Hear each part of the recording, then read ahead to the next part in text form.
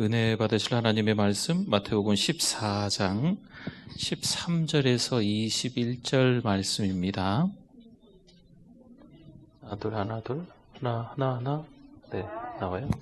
네, 하나님의 말씀 마태복음 14장 13절에서 21절, 제가 13절 먼저 봉독해 드립니다. 예수께서 들으시고 배를 타고 떠나사 따로 빈들에 가시니 무리가 듣고 여러 고을로부터 걸어서 따라간지라. 큰 무리를 보시고 불쌍히 여기사 그 중에 있는 병자를 고쳐주시니라. 저녁이 되매 제자들이 나와 이르되 이곳은 빈들이요 때도 이미 저물었으니 무리를 보내어 마을에 들어가 먹을 것을 사 먹게 하소서. 예수께서 이르시되 갈 것 없다. 너희가 먹을 것을 주. 제자들이 이르되 여기 우리에게 있는 것은 떡 5개와 물고기 2마리 뿐이니이다. 무리를 명하여 잔디 위에 앉히시고 떡 5개와 물고기 2마리를 가지사 하늘을 우러러 축사하시고 떡을 떼어 제자들에게 주시매 제자들이 무리에게 주니 다 배불리 먹고 남은 조각을 12바구니에 같이 읽습니다. 먹은 사람은 여자와 어린이 외에 5,000명이나 되었더라. 아멘. 한 주가 지나고 2주가 지나고 있어요. 하루에 한 3번씩 막 열심히 오시는 분들도 계시고 그런데요. 요즘에 그런 기도를 합니다. 육체의 한계를 뛰어넘는 능력을 주옵소서. 네, 또 기도해야 될 때이기 때문에 같이 또 기도하고 있습니다. 그래서 10월 한 달 도화 캠페인, 네, 강을 건너자라는 의미죠. 가정, 개인, 교회, 또 직장, 어떤 강을 좀 건너야 돼요. 어떤 이렇게 좀 시험거리들, 고민거리들, 좀 뭔가 결정해야 될 것들이 올 수 있는데 이제 강을 건너자라는 그런 의미로 도화 캠페인이 10월에 있었고, 이제 원래 9월, 10월이었는데 이제 코로나 때문에 한 달이 밀려가지고 이제 다음 달도 오늘처럼 아마 스티커를 또 받으시게 되고 그럴 것 같습니다. 그래서 우리 이제 예배 때 도와하고 주님 제가 하겠습니다. 귀찮은 거 하시는데, 네, 그래도 한번 또 지금 한번 부탁드립니다. 네, 주먹 한번 져주시고 제가 도와하면 주님 제가 하겠습니다. 부탁합니다. 도와 주님 제가 하겠습니다. 아멘. 감사합니다. 예수님께서 빈들에 오셨습니다.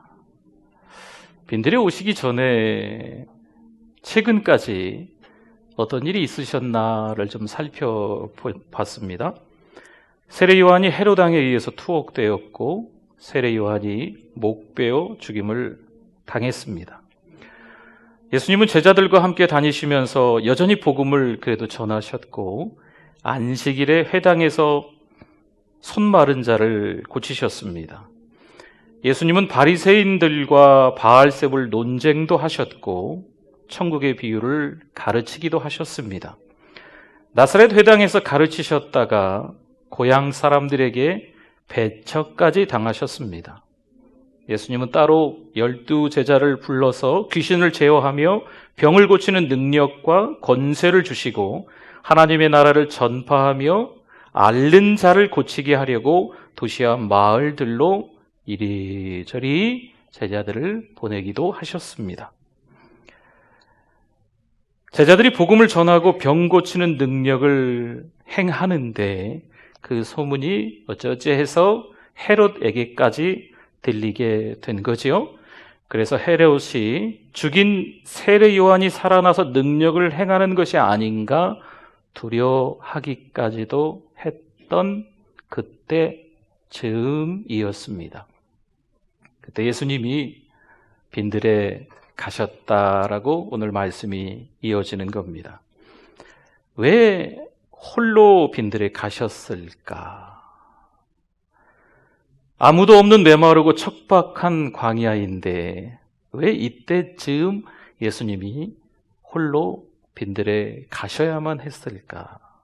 물론 예수님은요, 세례 요한의 투옥에 대해서도 또 세례 요한의 죽음에 대해서도 성경 말씀에 보면 따로 하신 말씀은 없습니다.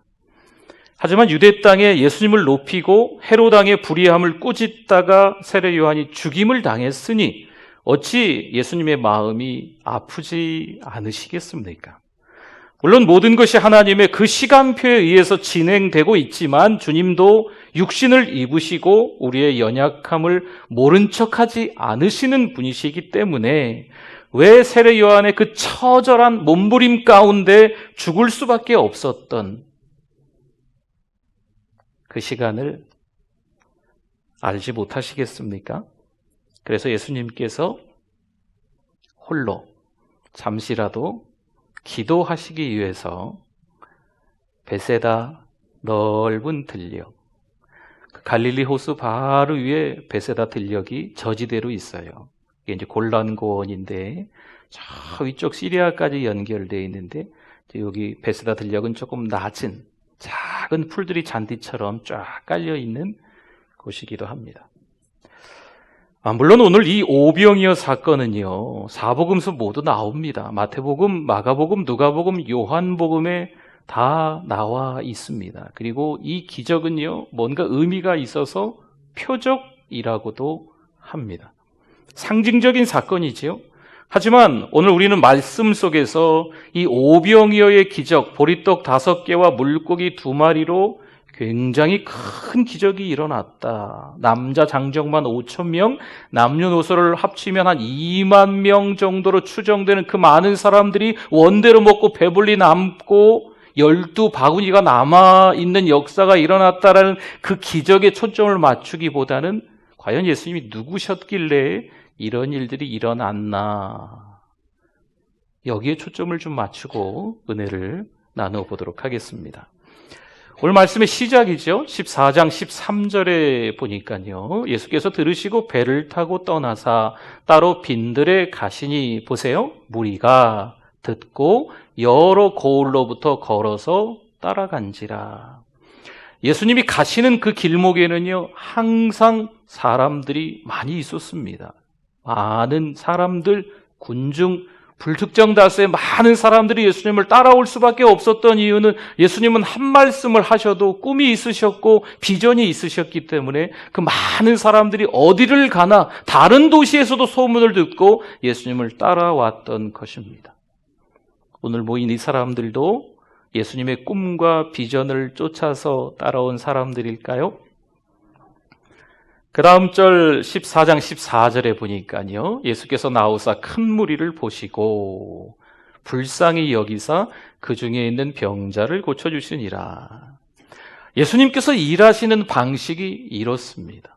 예수님은 사실 이 빈들에 기도하시기 위해서 오셨습니다. 그런데 눈을 들어 바라보니까 정말 많은 사람들이 빼곡하게 예수님 주변에 모여 있는 거지요. 아픈 사람들이 있는 거예요. 예수님의 일하는 방식은요, 그 사람들을 그냥 지나칠 수, 간과할 수 없으십니다. 그들에게 가까이 가서 그들이 아파하는 이야기를 들어주시고 그들이 아파하는 몸을 고쳐주시는 분이 예수님이신 줄 믿습니다. 이게 불쌍히 여기시다라는 게 바로 그런 의미가 됩니다. 그러나 그 현장에 목적이 다른 사람들도 꽤나 있었던 것은 사실입니다. 배고파서 온 사람들이 있었어요. 옆에 도시에서 예수라는 젊은 청년이 있는데 무슨 기적을 행하더래. 그래? 구경이나 한번 가볼까? 오늘은 어떤 기적을 좀 행하는지 한번 찾아가서 보자라는 의미로 찾아온 사람들도 많이 있었다라는 거죠. 요한복음 6장 5절 말씀에 이렇게 말씀이 이어져요. 예수께서 눈을 들어 큰 무리가 자기에게로 오는 것을 보시고 빌립에게 이르시되 우리가 어디서 떡을 사서 이 사람들을 먹이겠느냐 하시니. 마태복음 14장에 오병이어 기적이 나왔다면 요한복음 6장에 오병이어 기적이 나와 있는 말씀입니다. 그래서 같이 연결해서 보면 더 은혜로운 말씀이 되거든요. 이 요한복음 6장 5절 말씀에 보니까 예수님께서 많은 사람들이 모였는데 이 사람들이 좀 안 돼 보이는 거예요. 불쌍히 여기시고 내가 이들을 위해서 한 끼의 식사라도 좀 해결해 주고 싶다라는 마음이 좀 드신 거죠. 그런데 뭐 어찌어찌 좀 이렇게 파악을 해보니까, 계산기를 좀 두들겨 보니까 이렇게도 많은 사람들이 모였는데 돈이 어마어마하게 드는 거죠. 요즘처럼 핸들에 어플을 하나 깔고 배달을 시킬 수 있는 형편도 그때 당시는 아니었습니다. 여기 베세다 들녘인데 짜장면 100그릇, 짬뽕 100그릇, 탕수육은 또 이렇게 조금 더 해가지고 2명, 3명이 먹게끔 좀 보내주세요라고 할 수 있는 형편도 사실 그때 당시가 아니었습니다. 무슨 어떤 대형 마트들이 그 베세다라는 그 들녘 옆에 뭐 세워져 있고 뭐 이런 것도 아니었어요. 근데 이렇게도 많은 사람들에게 예수님이 함께 식사를 해결해 줄 수 있는 방법이 없을 것 같은데 예수님은 그 마음이 드신 거죠. 왜 굳이 예수님께서 이 많은 사람들에게 함께 식사를 해주고 싶으셨을까? 수많은 무리들과 함께 광야에서 호젓하고 평화롭게 나누는 한 끼의 식사는요, 마치 장차 천국의 성도들과 나눌 영광스러운 잔치의 모형이기 때문입니다. 그리고 사실 이 빈들에는요, 예수님을 반대하거나 잡아 죽이려는 유대 종교 지도자들과 또 탐욕과 위선으로 백성을 잘못된 신앙으로 이끄는 그런 유대 관원들도 없었습니다. 지금은 양떼와 같이 어디로 가야 할지 모르는, 때로는 순박하고 때로는 착한 무리들만 이 자리에 있는 거지요. 그래서 잠시지만 예수님은 대적하는 무리들을 따돌리고 순하고 미련한 양들 같은 이들과 함께 하나님이 주시는 하늘의 양식을, 비록 빈들이지만 척박한 광야처럼 보이지만 호젓하고 평화롭게 이들과 함께 한 끼라도 식사하고 싶으셨던 게 예수님의 마음이셨어요. 그런데 빈들, 들녘, 광야라니까요, 먹을 게 없습니다. 구할 수 있는 방법도 없는 거죠. 물론 주님은 무에서 유를 창조하시는 분이신 줄 믿습니다. 영원히 스스로 존재하시는 분이 우리 주님이신 줄 믿습니다. 그래서 사실 우리는요, 그 하나님을, 그 주님을 도와드리지 않아도 돼요. 하나님을 도와드리지 않아도 하나님은 전혀 불편함이 없으세요. 하나님이 다 알아서 하시기 때문일 겁니다. 그러나 우리에게 우리 주님은 조금이라도 바쳐라 요구하시기도 합니다.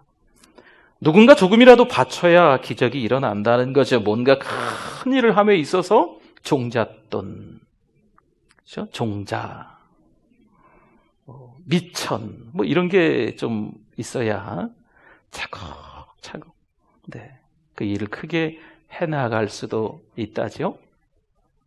요즘엔 좀 많이 사라진, 거의 안 보이는 것 같은데 예전에 그 펌프가 있었잖아요, 그렇죠?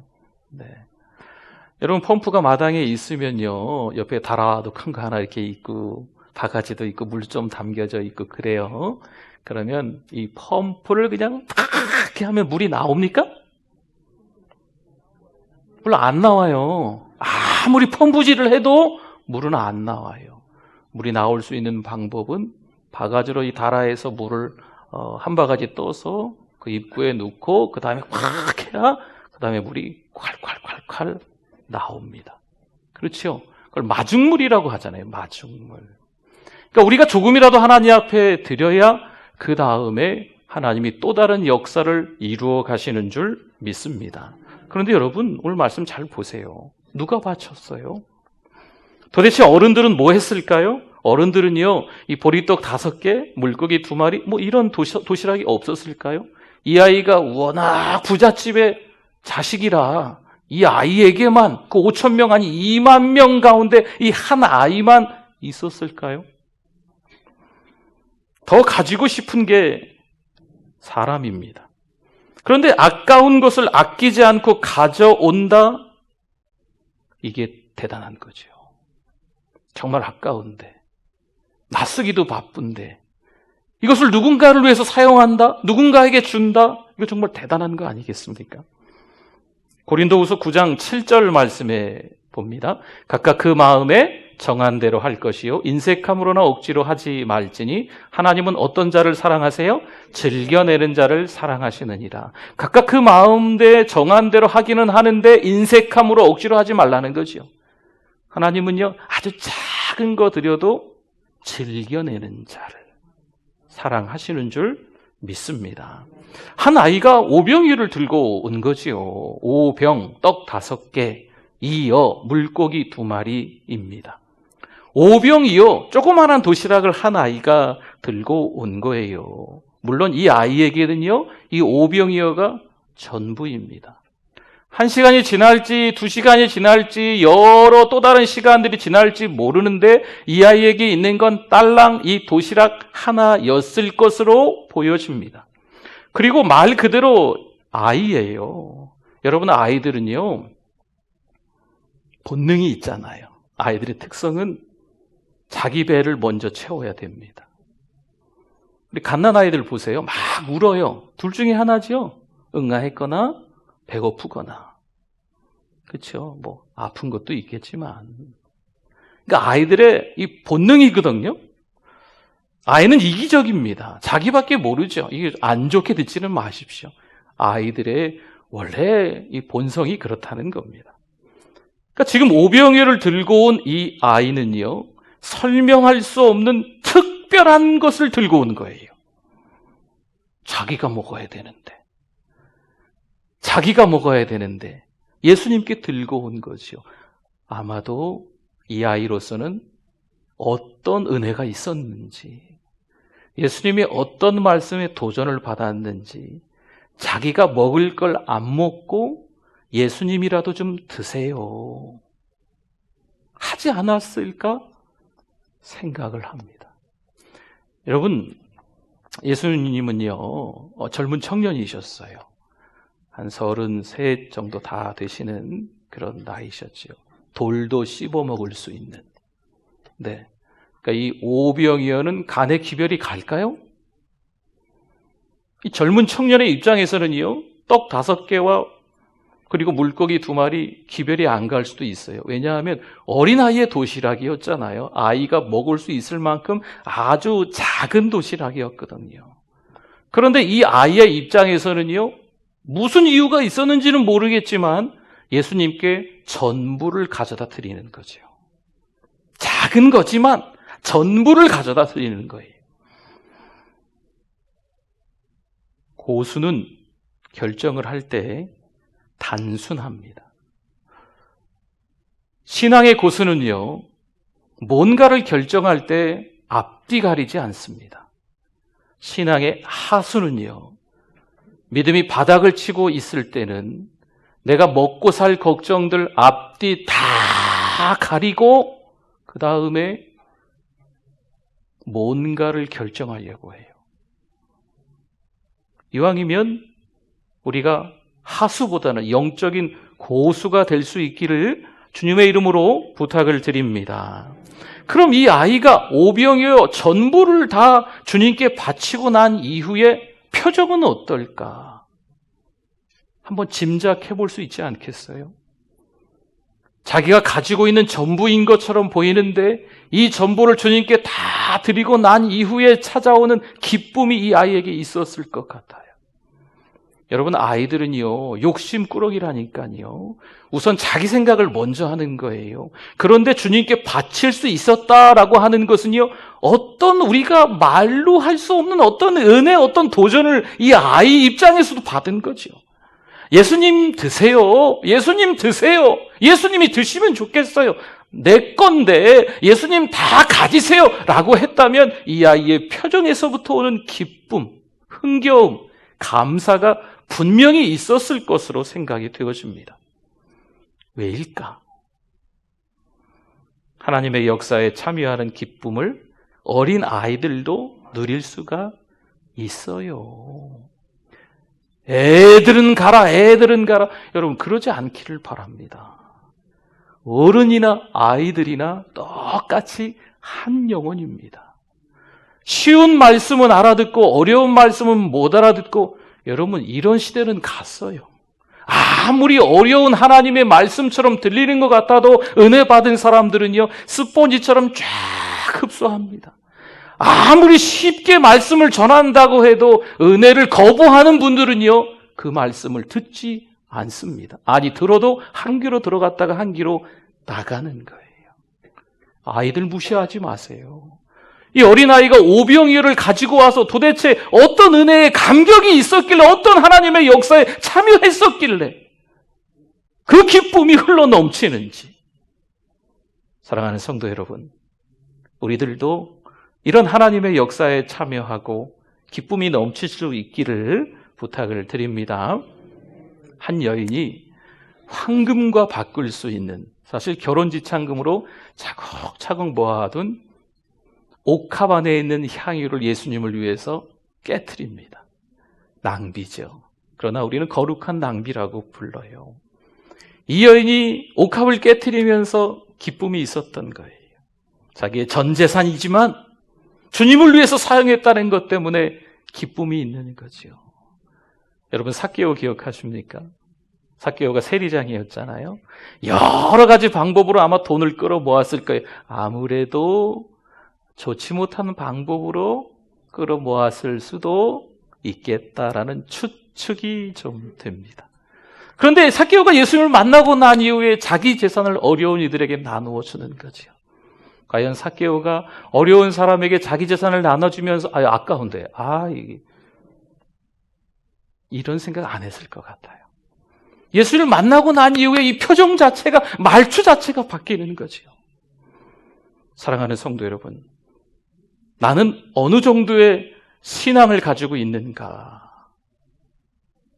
알아보시려면 나의 앞에 있는 어떤 분의 얼굴 표정을 보시고 그분의 말투를 보십시오. 내가 나 스스로 신앙을 점검하기 어려우면 나하고 가장 가까운 사람, 자주 나하고 만나는 사람들이 어떤 이야기를 주로 하는지, 불평하고 원망하고 부정적인 이야기를 하는지, 아니면 긍정적이고 순종적이고 믿음의 말, 은혜의 말들을 하는지, 거울을 보는 것처럼 내 옆에 그런 사람들이 모여 있습니다. 내 표정도 거울을 보면 알 수 있지만 거울을 보는 것이 바로 내 옆에 주변에 있는 사람들과 나눌 때 그분의 표정들을 보시면 내 표정을 똑같이 읽을 수가 있습니다. 주변의 분이 하나님의 역사에 참여하면서 막 기뻐하십니까? 그럼 나도 기뻐하고 있는 거예요. 주변의 분들이 막 불안하고 두려워하면서 세상 만사 근심과 걱정으로 힘겨워하고 계십니까? 그러면 나도 똑같이 불안한 마음이 있는 것과 다름없습니다. 하나님의 나라는요, 재력이 아니라, 말 잘하는 사람이 아니라 전혀 할 것 같지 않은 어린아이를 통해서 역사하시는 줄 믿습니다. 여러분, 지금 40일 매일 기도에 해요. 저도 좀 피곤할 때가 있어요. 그러나 지금 기도해야 될 때이기 때문에 하는 거예요. 아무것도 안 해도요, 지금 이 코로나19 때문에 누가 뭐라 할 사람 없어요. 그러나 우리가 도와하기 위해서 하는 거죠. 여러분, 기도하면요, 생각이 단순해져요. 기도하면 내 생각보다는 하나님의 생각을 우선으로 하는 훈련들이 되어져요. 우리 삶의 핵심이요, 뭘까요? 막 복잡하게 막 계산하는 거, 그렇죠? 주판 튕기고 계산기 두들기고 앞으로 어떻게 됐으니까 어떻게 살다가 앞으로 어떻게 되겠지. 여러분, 이거 우리의 삶의 핵심이 너무 이게 복잡하게 생각 안 했으면 좋겠어요. 하나님의 시간표에 의해서 하나님이 인도하시는 것을 깨달을 수 있기를 바랍니다. 크든 작든 이 아이처럼 주님에게로 연결을 시키세요. 복잡 미묘한 일들도 다 주님 앞에 가지고 오세요. 작든 크든 문제가 있을 때 주님에게로 넘기시면요, 걱정을 해도 주님이 하시는 거예요. 우리가 걱정해봐야 사실 별거 없거든요. 기도는 하나님에게 설득을 당하는 겁니다. 내가 열심히 기도해서 하나님이 보좌를 흔들어야지. 말도 안 되는 소리입니다. 내가 열심히 기도해서 하나님의 뜻을 좀 바꿔야지. 얼토당토하는 이야기입니다.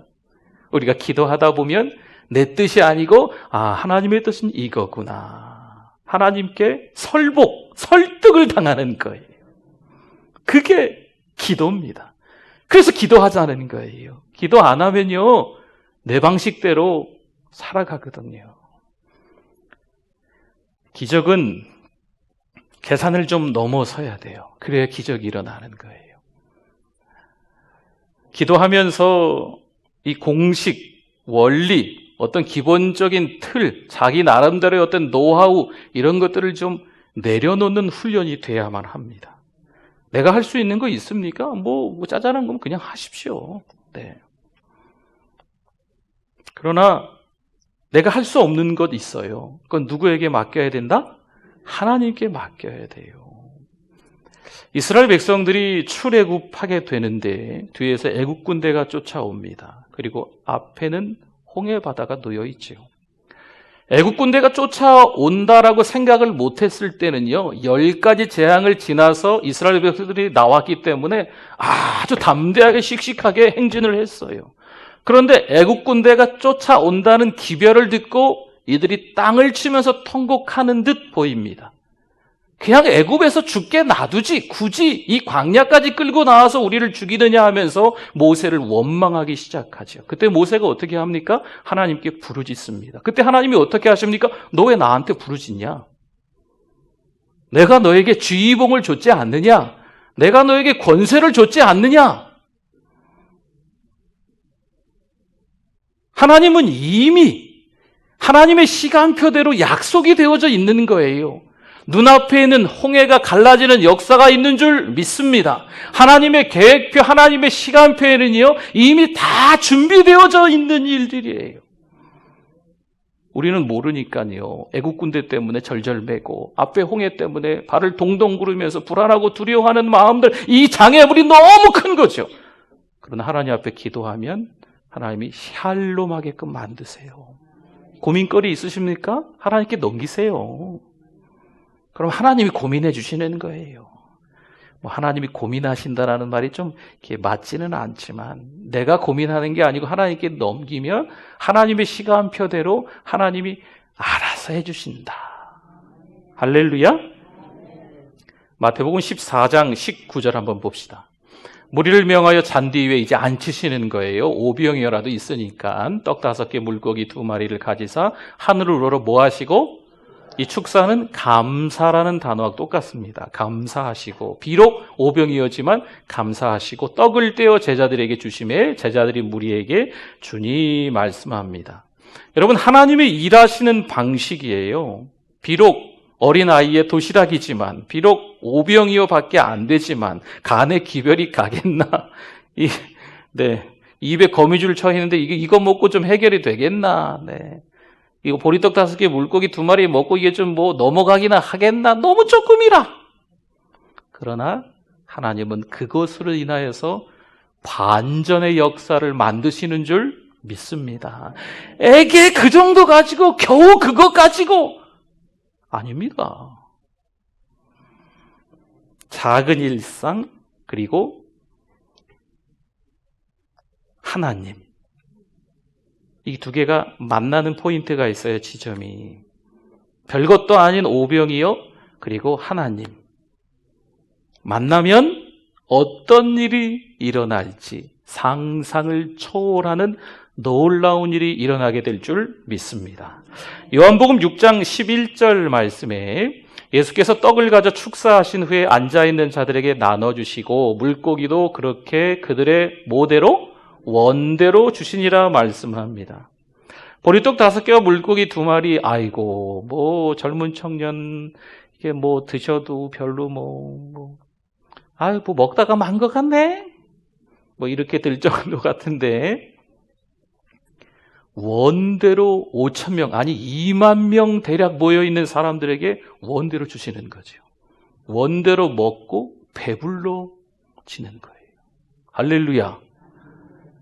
작은 일상이지만 아주 소소한 일상으로 하나님 앞에 올려드린 거지만 그게 하나님과 탁 만나면 번쩍하면 섬광이 터지면요 우리의 상상 이상의 것들이 만들어지는 것을 깨달을 수 있기를 바랍니다.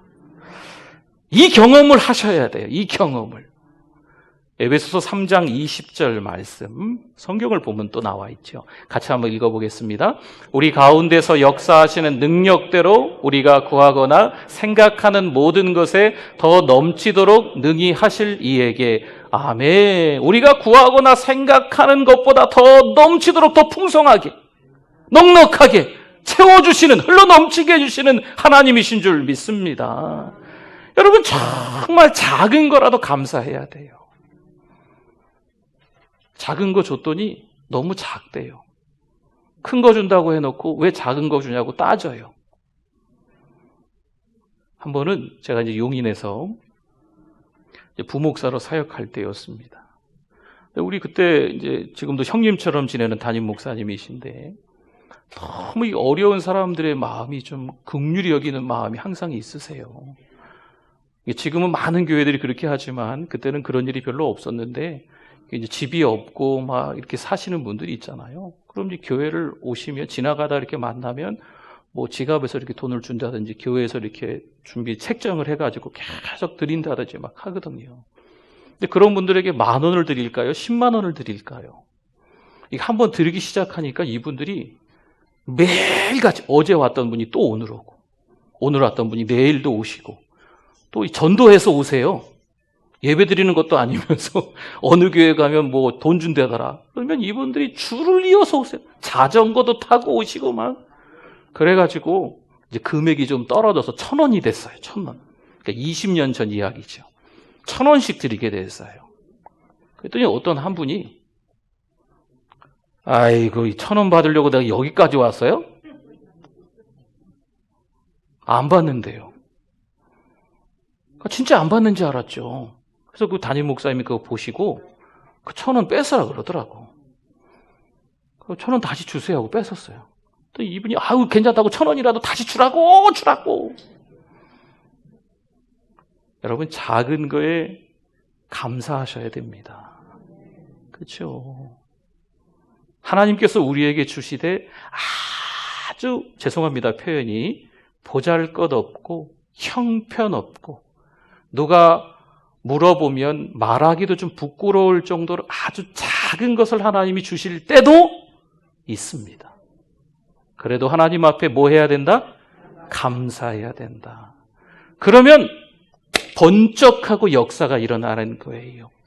비록 작은 거였지만 하나님이 감사하고 있는 우리의 중심을 보는 거죠. 그러면 왜 더 안 주시겠어요? 구하거나 생각하는 것보다 더 넘치도록 풍성하게 흘러넘치도록 하나님이 주실 줄 믿습니다. 로마서 8장 32절에 보면 좀 더 자세히 나와요. 같이 한번 읽어볼까요? 자기 아들을 아끼지 아니하시고 우리 모든 사람을 위하여 내주신 이가 어찌 그 아들과 함께 모든 것을 우리에게 주시지 아니하겠느냐. 아멘. 저희 집에는요 어찌어찌 하나님의 은혜로 아들이 무려 3명씩이나 됩니다. 그러니까 한 명은 어떻게 할 수 있나요? 여러분 아들이 5명이 있으시고 10명도 있으신 분들이 있을 거예요. 가정에 아들이 10명 많으니까 한 명은 어떻게 뭐 아파가지고 어떻게 돼도 상관없으세요? 여러분 제가 이제 신방하다 보면 오랜 세월이 죄송합니다. 또 이 권사님들 중에서 좀 마음 아프실 수도 있는데 오랜 세월 전에 아들을 먼저 보내거나 딸을 먼저 보내신 분이 있어요. 다른 자녀들도 있어요. 그런데 어찌어찌 하다가 20년 전, 30년 전, 그 더 전에 자식을 먼저 보낸 거죠. 아직도 그 마음에 상처가 남아있어요. 자식은 먼저 가면 가슴에 묻는다 그러잖아요. 그렇죠? 10명의 자식이 있건 20명의 자식이 있건 자식 하나하나가 다 사랑스럽고 최고고 전부예요. 할렐루야! 그럼 하나님은요 아들을 아끼지 아니하셨다라는 말씀이 무슨 말씀일까요? 하나님의 아들을 아끼지 아니하시고 우리에게 주셨어요. 십자가에 못 박혀 죽으셨어요. 그만큼 우리를 사랑하셔서 우리의 가치가 그만큼 올라간다는 거거든요. 자기의 아들을 아끼지 아니하시고 우리에게 내주신 이가 우리가 하나님 앞에 도와주세요 구하면 아들까지 죽이면서 우리에게 주셨는데 그 어떤 모든 것들을 못 주실 게 있겠느냐? 할렐루야. 하나님은요, 이런 하나님이신 줄 믿습니다. 설령 지금 남들 가정하고 비교해서 조금 작아도요, 설령 다른 교회랑 비교해서 우리가 무슨 상가에 있고 이렇게 여러분 그런 거 비교 당하지도 말고 비교하지도 말고 안 믿는 사람과 또 신앙생활 좀 여리여리 하신 분들과 나는 열심히 하는데 비교하지도 말고 자녀들끼리 비교하지도 마세요. 때로는 형편없고 때로는 보잘것없고 하나님 이 정도 주시려면 주시지 말지. 이런 것처럼 아주 별것도 아닌 걸 주신 것 같아도 하나님께 뭐 하자? 감사하자. 여러분 그게 하나님이 기뻐하세요. 계속 어려운 일이 있으셔도 죄송합니다. 이런 표현을 써서 계속 힘든 일이 있으셔도 계속 편찮으셔도 자식이 계속 하는 일이 잘 안 돼도 왜 그렇게 우리 집에만 누구도 아프고 가정에 보니까 편찮으신 분들이 한 분도 아니고 여러 분들이 계신 가정도 있더라고요. 그래도 하나님께 뭐 하자? 그래야 영적 고수예요. 그냥 너무 복잡하게 생각하지 마시고 하나님이 우리를 사랑하셔서 우리 가정을 사랑하셔서 이 어려움 가운데 기도하라고 하시는가 보다 하시면서 감사하세요. 제가 이제 전주에 처음 오고 나서 이제 신방을 했었잖아요. 했었잖아요. 하는데 가정마다 뭔 기도 제목이 그렇게 많으신지 기도 제목이 적어서 내시라 그러고 미리 막 받고 막 그랬잖아요. 이만큼 쌓였어요. 이제 권사님들마다 가정마다 갈 때 그런 얘기 하시더라고요. 목사님 죄송해요. 기도 제목이 너무 많아요. 기도 제목이 많습니까? 어려움이 많습니까? 하나님이 우리를 사랑하시는 증거인 줄 믿습니다. 왜 우리만 고생하고 왜 우리만 속상한 일 당하는 것 같습니까? 하나님께서 우리를 사랑하시는 표현이에요. 여러분 사랑의 표현들은 다르더라고요. 하나님이 우리를 사랑하시는 표현은요, 때로는 병환이 있어요. 때로는 자식이 조금 속색여요. 하나님이 우리를 사랑하시는 표현은요, 때로는요, 직장에서 조금 어려운 일을 겪고요. 하나님이 우리를 사랑하시는 표현은요, 돈 때문에 좀 힘들 수도 있어요. 뭐 이것저것 소유도 많이 있는데 하나님이 우리를 그 가정을 사랑하시는 표현은 또 머리가 그렇게 또 아플 수도 있어요. 하나님이 우리를 사랑하시는 방법은 표현은 그럴 수 있어요. 괜찮습니다. 사랑하는 성도 여러분, 힘내실 수 있기를 바랍니다. 겨우 오병이요, 애게 보리떡 5개 물고기 2마리지만 몇 명이 먹었더라? 남자 장정만 5,000명. 추정하건대 남녀노소 그 자리에 그 들녘이 넓으니까 다 합치면 한 2만여 명쯤이 다 원대로 배불리 먹었더라. 할렐루야. 작은 소소한 일상이지만 하나님과 딱 만나니까 상상을 초월하는 놀라운 결과가 일어나게 된 것을 깨닫기를 바랍니다. 요한복음 10장 10절의 하반절을 보니까요, 내가 온 것은, 주님이 온 것은 양으로 생명을 얻게 하고 그 다음에 뭐죠? 더 풍성히 얻게 하려는 것이라. 하나님은요, 우리 맨날 이렇게 비실비실거리고 골골대고 살아가기를 원하신다? 원하지 않으신다? 원하지 않으세요. 조금 편찮으실 수도 있지만 힘내십시오. 조금 어려울 수도 있지만 긍정적으로 생각하십시오. 속상한 일이 있을 수 있지만 하나님 바라보고 살아가실 수 있기를 바랍니다. 여러분, 교회라는 공동체는요, 그래서 좋은 거예요. 자꾸 끼리끼리 모이고 당을 짓고 뭐 이런 거는 땡! 그건 틀린 거고요. 교회라는 공동체는 믿음의 사람들이 함께 모여서 서로가 서로를 바라보면서 위로를 받는 거예요. 때로는 강단에서 정말 위로의 말씀이 선포될 때도 있지요. 때로는 강단에서 막 채찍질 같은 그런 말씀이 선포될 수도 있어요. 그러나 그 말씀을 들으면서 서로 은혜를 나누는 거지요. 그러면 앞에 있는 장로님, 권사님, 집사님 얼굴을 보고 청년들 얼굴을 보고 같이 덩달아 은혜가 되는 거죠. 이 표정 자체가 은혜 받은 사람과 은혜 받지 못한 사람의 표정이 다르거든요. 근데 가까이 지내는 분들이 내 얼굴이라니까요. 가까이 지내는 사람의 말투가 내 말투라니까요. 함께 주로 만나는 사람들의 그 생각들이 내 생각하고 같다니까요. 그래서 교회가 중요한 거예요. 교회를 안 오고 세상에 자꾸 있다 보면 세상에 물듭니다. 제가 하나님 앞에 요즘 회개해요.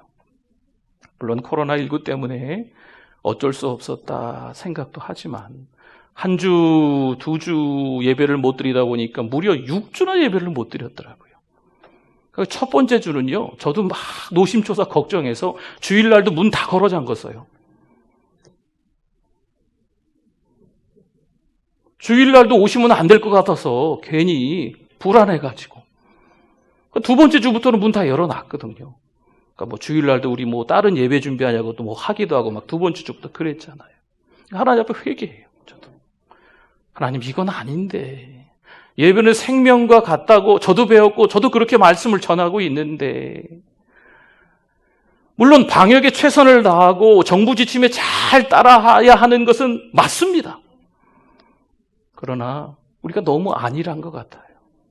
너무 우리의 신앙이 점점 더 세상 사람들과 똑같이 이 세속화의 물결에 넘실넘실 넘어오다 보니까 어느새 우리도 그냥 세상 사람들하고 같이 어울려 지내는 게 더 좋은 거죠.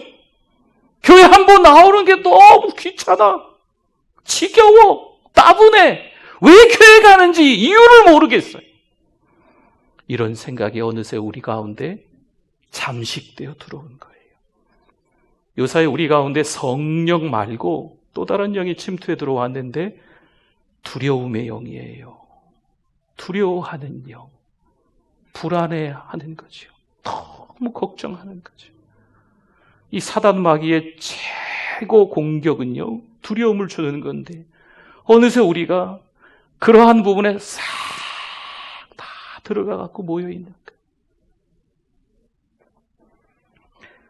사랑하는 성도 여러분, 저와 여러분은요, 하나님의 나라에 불러주심에 감사해야 될 줄 믿습니다.